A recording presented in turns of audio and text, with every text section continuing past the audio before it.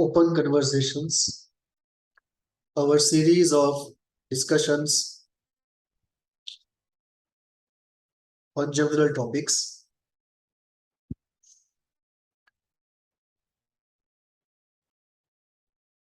Today we'll deal with an important issue of last and this century, where the space of public discourse was considered by philosophers and experts to media, celebrities, politicians, and talkers.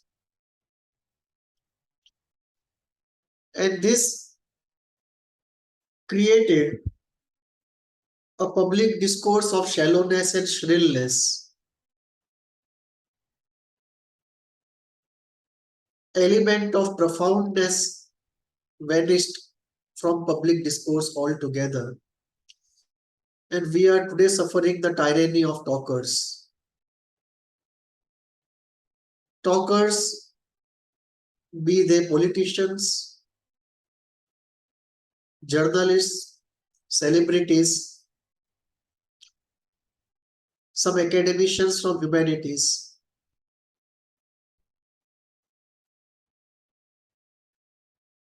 NGO professionals. It is the tyranny of these who have neither the profoundness of a philosopher nor the hard work and the skill of a doer, an expert.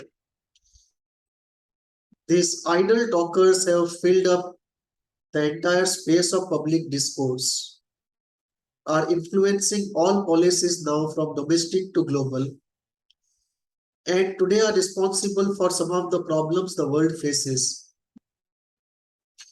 and some of the problems which can be solved but are not solved because of the tyranny of talkers. And today we'll explore this subject.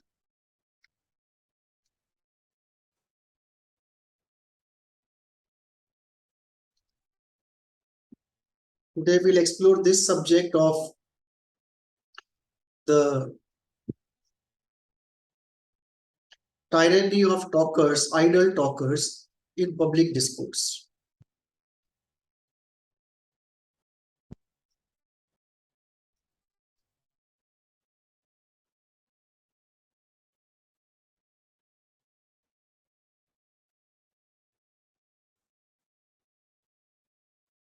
Society and public discourse.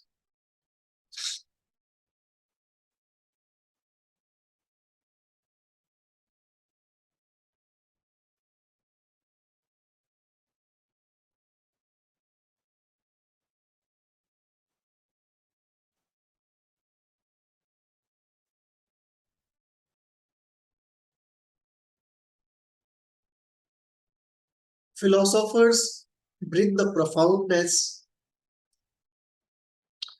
ability to see the present with the eyes of history, ability to see the cyclicity in history, ability to see the transitoriness of the present,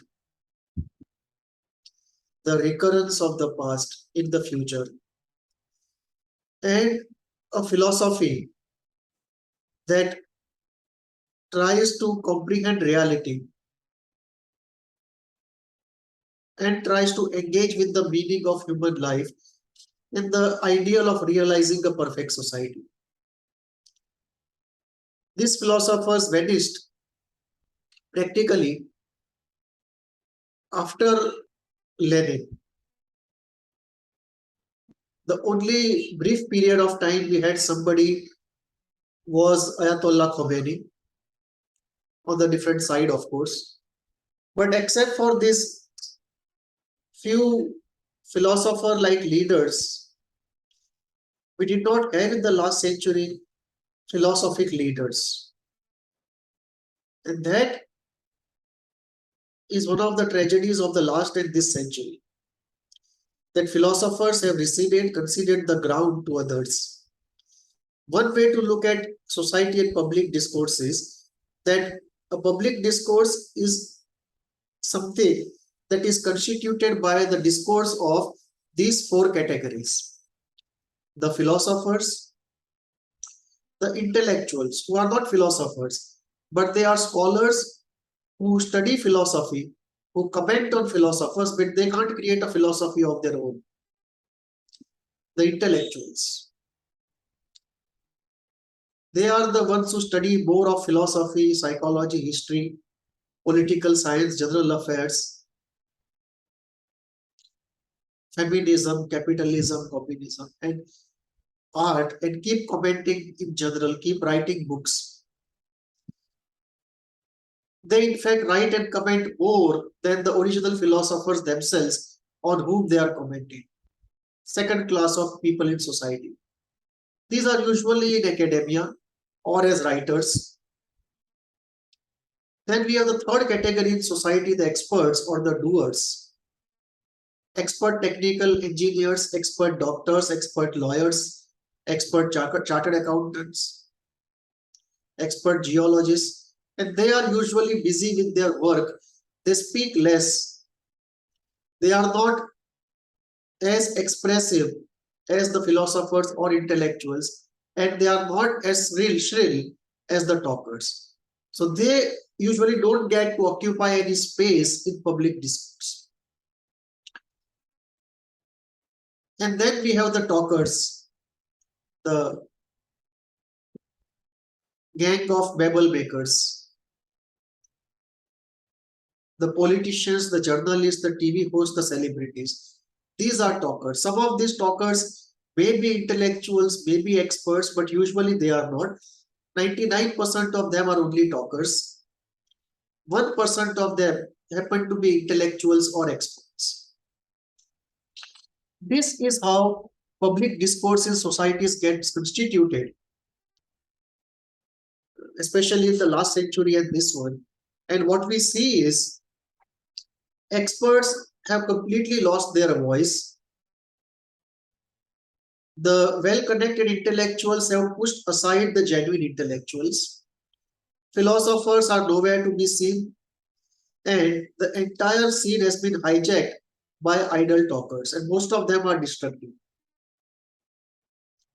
The woke types. They don't have anything constructive to do.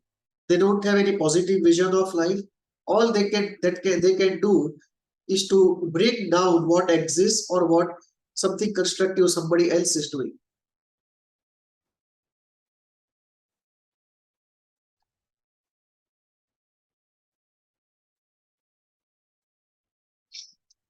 There was a very good book which talked about three categories. The book combined philosophers and intellectuals as one category, experts as second category, and the talkers as third category. And the book said the doers have never spoken out. And that's one of the tragedies of the world, that the people who actually do are least heard. And therefore, public discourse by and large is completely off track from the real life operations. It's more like poetry around prose, and the prose is the real challenge and the knowledge and the wisdom and the limitations of doing something. So doctors, engineers, geologists, they experience the limitations every day. They have no choice but to accept reality every day. They can't live in high castles, whereas the others they do. And the book said, time has come for this category to speak out and take leadership of public discourse, so that public discourse gets rooted to our real problems and the real challenges of solving them. It does not get dissipated, diffused, and evaporate in that hazy intellectual debate which serves nobody except those who debate.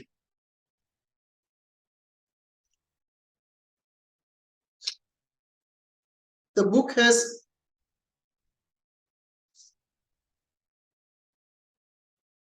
said something good, but many years have passed since the publication. Nothing has changed in the external world. Rather, what has turned out is even more acute than what it was when the book came out. The talkers have completely taken over the public discourse. And even more so in India, USA, and Germany. So we are now suffering from the tyranny of talkers. And where do you suffer the tyranny of talkers? In every area of life. Take policy making. Any policy you make, whether it is CAA or population register or changing the educational course curriculum or privatization of something or defense acquisition, everywhere there is a tyranny of the talkers. They just are sitting to pounce upon you, not allowing you to do anything. So there is a very strong policy influence. And unfortunately, it extends even to the judiciary. That the tyranny of talkers, mostly from the left or the woke, the breaking India forces, the tyranny of the talkers is so high. In India, it is breaking India. In USA, it is breaking USA. In UK, it is breaking UK. In Germany, it is breaking Germany. In New Zealand, it is breaking New Zealand. The tyranny of talkers is a global phenomenon, and they exert policy influence. The policymakers are so terrified of this tyranny of talkers, they are often not able to do as they wish for public good. Second, there is a cultural influence. Take the hijab robe. What is obviously a slavish practice, a patriarchal practice, is now being repackaged and remarketed as choice of the woman. The same thing was called internalization of patriarchy a few decades back, which it is. And this practice of slavery is being repackaged as free choice. So there is a cultural influence of this tyranny of talkers. There is a law influence. The judges are afraid of interpreting law in certain ways. The judges are afraid, the government is afraid. If you look at some of the sexual harassment laws in India, they are draconian and tyrannical. They are actually anti-men. The first two principles of social justice are, first, any social affirmative action should not create new victims. And any social affirmative action is for justice, not for revenge. These are the two fundamental principles of any social affirmative action. If you look at laws on dowry, laws on atrocity, law on sexual harassment, you see the draconian nature of the law because of the tyranny of the talkers. And the judges themselves know so many innocent people are being harassed, but they can't do anything about it. If they do, the media will pounce upon them. And this is how even inside the code, there is a tyranny of the talkers. There is a national security influence. Take, for example, the problem of infiltration in India. If you take strict action against the infiltrators, this tyranny of talkers will unleash a barrage of attack. So what is the way out? The way out is, first we should know this tyranny to end the tyranny. Tragedy is people don't realize that there is a tyranny of talkers, and this tyranny of talkers has silenced the real philosophers, the real intellectuals, and the real doers, the experts. And we have to bring them into the center stage and put these talkers on the margins. But that we can do once we identify the problem. The real problem is we don't identify the problem, and then we don't do anything to put the talkers on the margins and bring the philosophers, intellectuals, and experts into the mainstream of public discourse. So first is to know the tyranny to end the tyranny, and then once you know, do something. Don't just know and sit there. So this is something very important, to recognize a problem, to resolve to solve it, and then do action to solve it.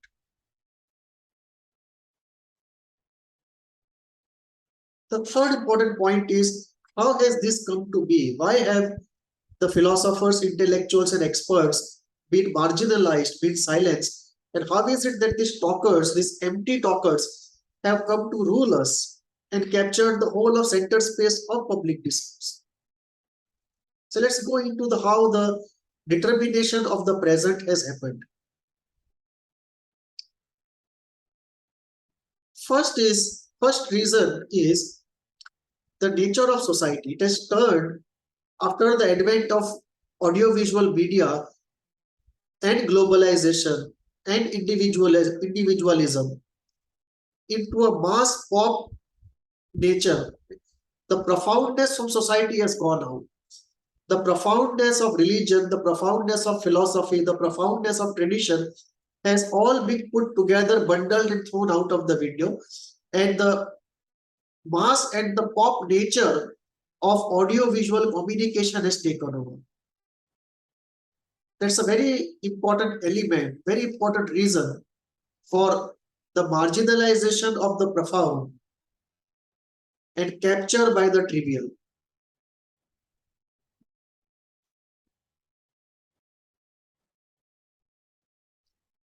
So what has happened here is society itself has undergone a change. Parents are not training children into anything profound. Parents are not themselves interested in anything profound. Schools are not interested in anything profound. Curriculum is not interested in anything profound. And the social discourse in media is not interested in anything profound. So everything has become entertainment, shallow, trivial, and a pop kind of thing. It's a bubblegum culture, the hip hop bubblegum culture. And this hip hop bubblegum culture has come to stay in all societies that have gone shallow and consumerist. So this exile of the profound comes from choices the society makes. It is not something imposed. It's a choice society has made to say goodbye to the profound and worship the shallow and the pop. Second is media control. Those who own media houses and those who are controlling it at top management positions, there is a very big group of the woke type, the left type, and a very large homosexual, bisexual group. And they are anti anything right, anything profound, anything philosophical. They are hedonist anarchists. And this hedonist anarchists who don't think anything long term, not even for their own lives. By the time they are in the mid part of their life, they start feeling the difficulties of the choices they have made. But they are not concerned. They don't have really the capacity to do an honest self-evaluation and reflection. So they continue even beyond the mid-age, even though they know they have been in trouble. They have got into trouble. So media control being in hands of owners that are woke left types, top management that is left woke types, or both of them having a strong homosexual bisexual group, or both of them being financed by some external agency, maybe the jihadis, maybe CIA, maybe somebody of that sort. And this media so controlled puts the profoundness and the genuinity aside and brings to the center talkers who can do their talking. So through that, there is a narrative control. And this has gone on for more than 50 years now, the media control and the narrative control. So first it was media control, then academia control, then narrative control. And this is one of the reasons how the control of narrative has perpetuated a narrative which is shallow. And the narrative could not be challenged because those who could challenge have been put on the margins, silenced. Fourth reason is the educational curriculum and the quality of teachers. That has both of them has gone down the drain. And most responsible are students and parents themselves because they themselves don't want to study hard. They don't demand good education. And if the students and their parents don't demand good education, there is no reason why the system will work hard to give it to them. And then the second part is the disinterest and the inability of the system to give it to them. That's the second part. And both parts are important, but the first is more important. And few people know that the first exists.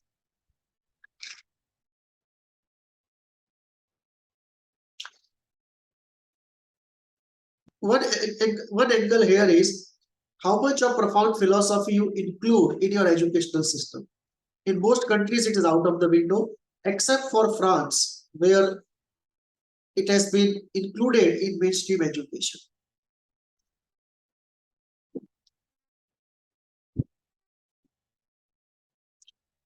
In India, unfortunately, actors, sportsmen, and journalists are masquerading as intellectuals and giving wisdom to everyone. And people are so dumb, they accept these people as opinion givers. They even follow them. It tells us how intellectually dumb we are as a society.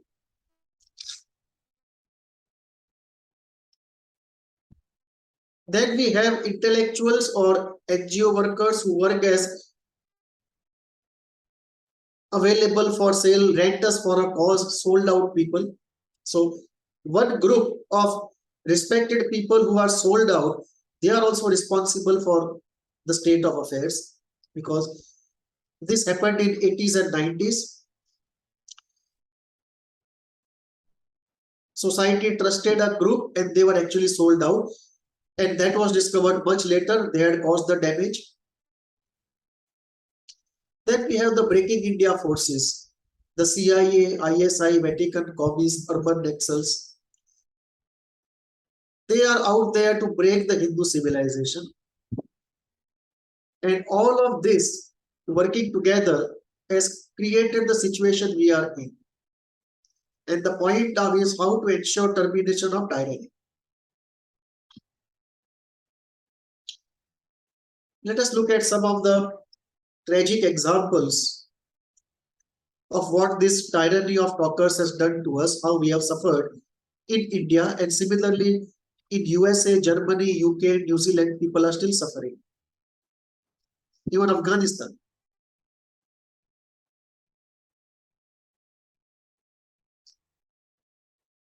Take some Indian examples. In defense, after Bofors, ISI used this whole idea of creating a scandal so that we don't buy any new equipment. And Indian leaders were so afraid of getting embroiled in the scandal after Bofors that they did not buy defense equipment. And this was the tactic used by Pakistan to keep Indian army weak. That whenever Indian army would go for a new purchase, any ISI sponsored journalist will put up a story of a scandal and the government will get scared and the whole process will come to a halt. And for 30 years, no defense modernization in a big way could happen. It was only after Narendra Modi that certain things have moved and this lobby has been put into their place. Look at industrial development. Take the example of the nuclear power plant in Chennai, which was so necessary for industrial development of the South. And nuclear power development sector in India. And we had people protesting against it for more than 3 to 4 months who were paid every day by NGOs from abroad who were there to stall industrial development. And the talkers were all being bought over by them. So we had a lobby which did not want India to progress. They bought over NGOs, they bought over other talkers, and together they stalled industrial development. Take one more example of Sterlite. sterlite copper. The talkers got together, made sure sterlite was closed down, and India turned overnight from a copper exporter to a copper importer. And China benefited the most from it. Take pharma industry. The entire Ayurvedic sector, homeopathic sector has been controlled by the allopathic sector by using the talkers. If you go to the Wikipedia page of homeopathy, it says it is pseudoscience, does not work. I have been taking homeopathy for the last 25 years. It actually works better than allopathy. But just look at what Wikipedia says. I take homeopathy every day to control my asthma. And every day I disprove what is said on internet. But it's all being controlled by buying out the tyranny of the talkers. The tyranny of the talkers is up for sale. Take LGBTQ and feminism. There is no counter narrative to this. There has to be a critique of everything. There has to be a contest of every idea. The worst enemy of an idea is not its opposite idea, but its own excess. And to prevent the excess of any idea, every idea needs a contest, needs a critique. But you just can't today do any critique of LGBTQ or feminism. You just can't say that these are not omnipotent, all good constructs like no other construct in the world is. And like every other construct in the world, there are difficult parts of this philosophy, this ideological activism. You just can't open your mouth. And this kind of a silencing, cancelling culture is being perpetuated through the mechanism, the operational mechanism of the tyranny of the talkers. If you talk to professors of philosophy, many of them will be opposed to feminism. Those who know philosophy the most, those who keep thinking about isms the most, they have severe reservations about feminism, but they can't talk about it in public. Sustainability. You talk about sustainability of corporate industry, you don't talk about sustainability of culture. Individualism and hedonism came in USA to its peak, started off in a big way in 50s and 60s. And in 50 years of time, the family is nowhere. You don't have adequate number of young people to support the pension and the security of the old. You have to import people from outside. And in 50 years, the entire idea of individualism, hedonism, it all collapsed. But they refused to put a scrutiny on individualism and hedonism, that how unsustainable they are. The family system has continued for thousands of years. In 50 years flat, USA, Germany, Japan, everyone now has to import workers from outside. It's an unsustainable model. If you say goodbye to the family structure, it's unsustainable model. That does not mean we should have only format of the family structure. We can have multiple format with the 60% of population being in the family format. But the sustainability has to be brought in to culture. But that would mean reinstitution of certain conservative values. And therefore, no discussion on cultural sustainability is done. And cultural sustainability indirectly is responsible for economic sustainability. Take the case of Japan. If the population is shrinking and growing old, there is no way you can defend the country or keep the economy going. If most of the people are 50 plus, they are not going to spend, they are only going to save for medical expenses. Even if you bring interest rate to zero, you still won't be able to revive the economies. Economy can be revived only by the young people spending.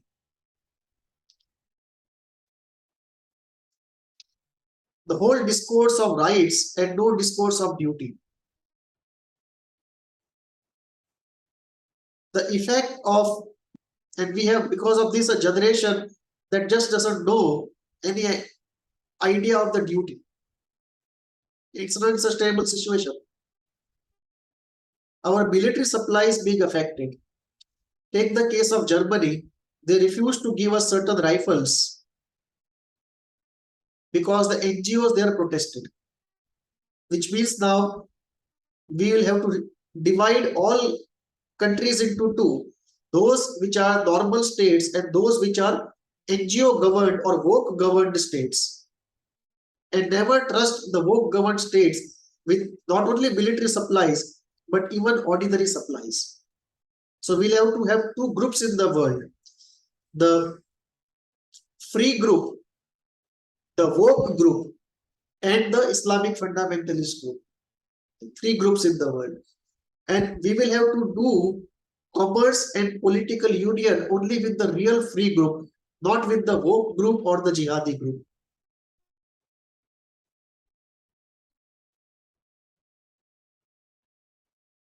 One more tragic cost we are paying is in terms of not being able to go for conscription or compulsory military training. Conscription is not necessary in India, but take example of Russia. How the talkers talked out many people from conscription. And in India, we find it difficult to make military training compulsory to everyone. Take some more examples. How Malala and Greta are put up as poster girls of CIA. They are, of course, CIA tools. How Indian educational policy is being influenced. The policy makers are not feeling free, they feel under pressure. Take the example of citizen register. Take example of propagation of Hinduism. Look at organizations and the woke feudalism where the top is filled with wokes. Take public space capture. It can be Shaheen Bagh, it can be Pragati Maidan.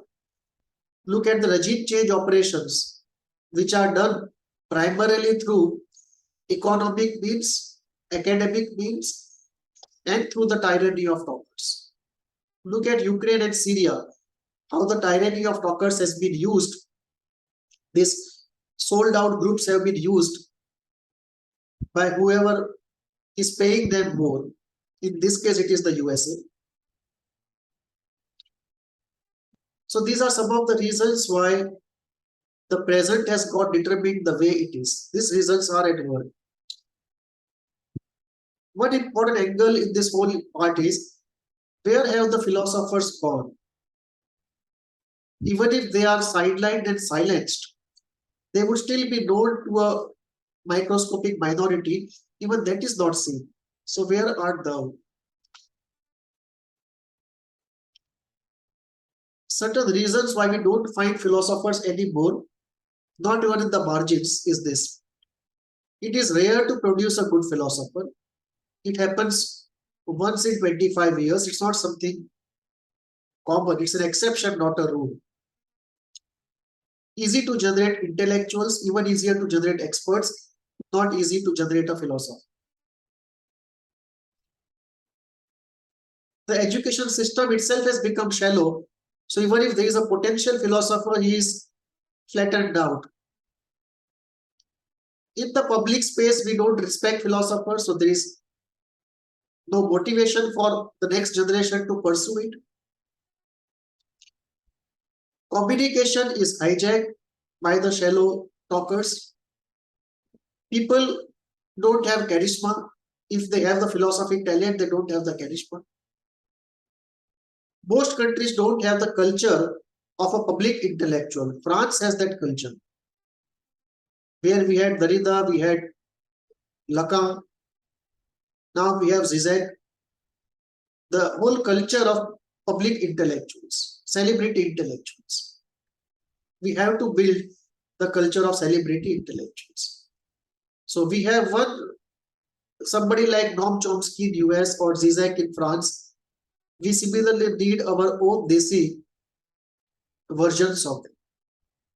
If we don't have full philosophers, maybe one step less than philosophers, but somebody close to it we need.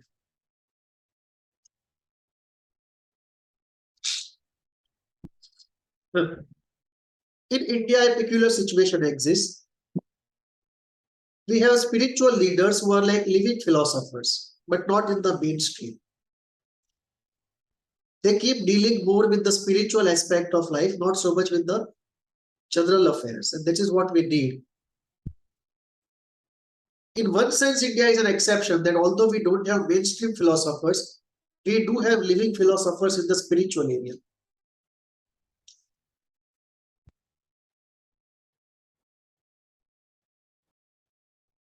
It's also a difficulty that most people don't understand what they say. It's too difficult to understand. It's too deep. And people are interested in something cosmetic. So we will have to probably settle for depth in the surface. Unfortunately, we are today at depth nowhere. From there, if we go even to depth in the surface, that would be a great public advance.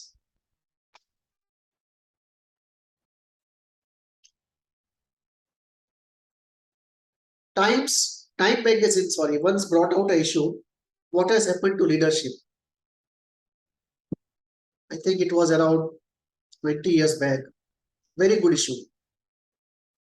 And they said critical times produce critical leaders, great leaders. And we don't have today the scarcity intensity crisis which can produce great leaders.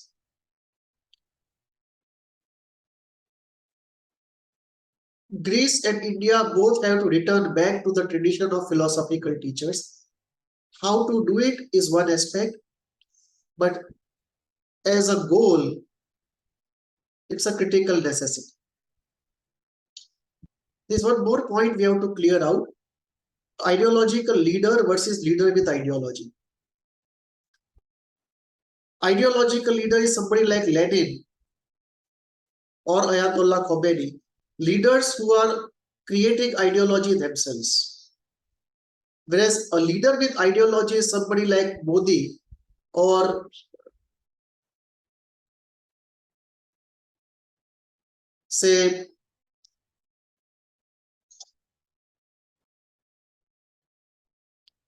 Deng.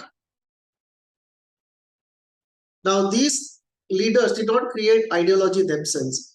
They subscribed to an ideology created by somebody. They subscribed completely, but still it's a subscription, it's not creation. And one of the difficulties is ideological leader doesn't have to fear substitution. Leader with an ideology is less safe and secure. So if we have an ideological leader, the affairs will go to the extreme, but they will be able to weed out the tyranny of talkers much quicker than leaders with ideology. And if we have leader who is neither of them, as we had for most of our time, then it's very difficult to root out the destructive talkers. Time has come for it where we have to have either of it. At present, we have this leader with ideology, and we have to move to an ideological leader.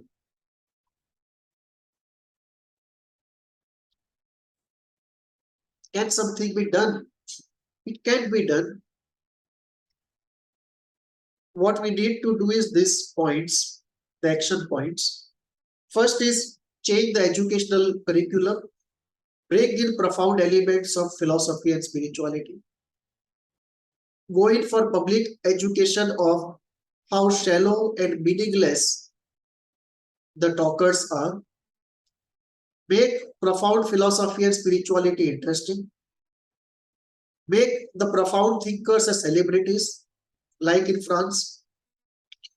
Have two-tier debates. One, doers talk to talkers, not only talkers keep talking. And second, only doers talk. Expose and make fun of the shallow talkers. Bring in sustainability in the public discourse. Cultural sustainability, environmental sustainability, economic sustainability, making everything long term. Make philosophy, spirituality practical.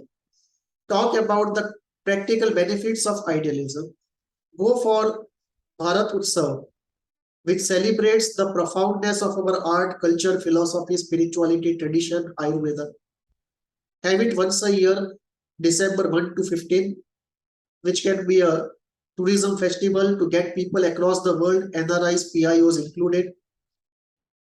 It becomes a tourism festival, rotate it across states, and showcase the best of Indian food, Indian music, Indian tradition, Indian craft, Indian products, Indian culture, philosophy, spirituality.